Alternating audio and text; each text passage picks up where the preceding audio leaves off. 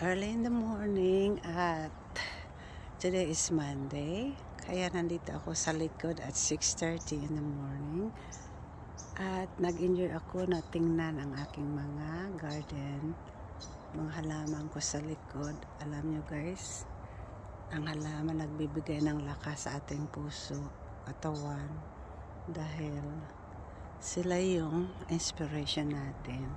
Lalo na pag tumatanda na tayo, katulad ko, matanda na rin ako.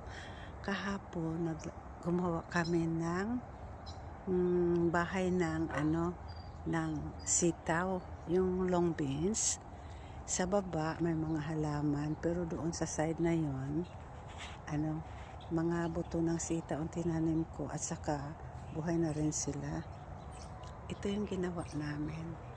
Pero kulang pa ito kasi yung pa ayan alambre yan. Lalagyan ko pa ng patungo doon sa kabila.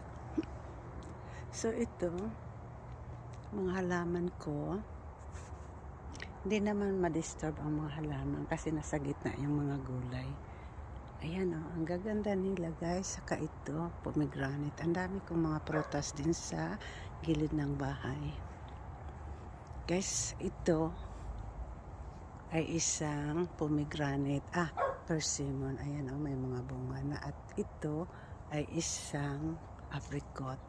Orange, mga oranges. Saka ito, mga roses. Lahat-lahat na lang yata nandito sa likod. Okay, thank you.